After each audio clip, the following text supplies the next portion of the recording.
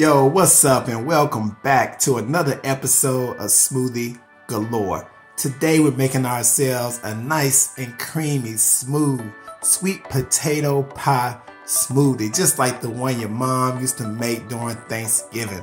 And the first ingredient you're gonna need is a half sweet potato baked and cool in the fridge and ready to throw in that smoothie. The next thing you need is a cup of raw carrots. Then you're gonna need 1.5 ripened bananas, frozen. Next, you're gonna need a teaspoon to 2 teaspoons of cinnamon and nutmeg. Then you're also gonna use some unsweetened almond milk or any plant-based milk you like, a cup to a cup and a quarter of that, and then a scoop of my favorite protein powder, VeganSmart.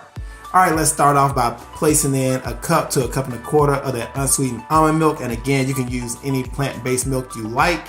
Next, we're gonna toss in those bananas to add a little bit of sweetness to our smoothie and some potassium. Next, we're gonna throw in those carrots. Again, raw carrots, about a cup of that. That's gonna add some beta carotene for our skin and eyes.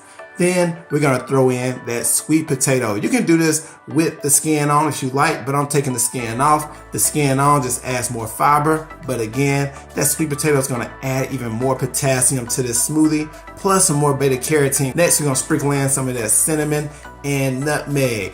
And then last, you're gonna throw in a scoop of that vegan protein powder for some added vitamins and minerals, plus some protein. All right, guys, so let's place that top on and let's get ready to blend everything together. And the blender we're using is the Vitamix blender.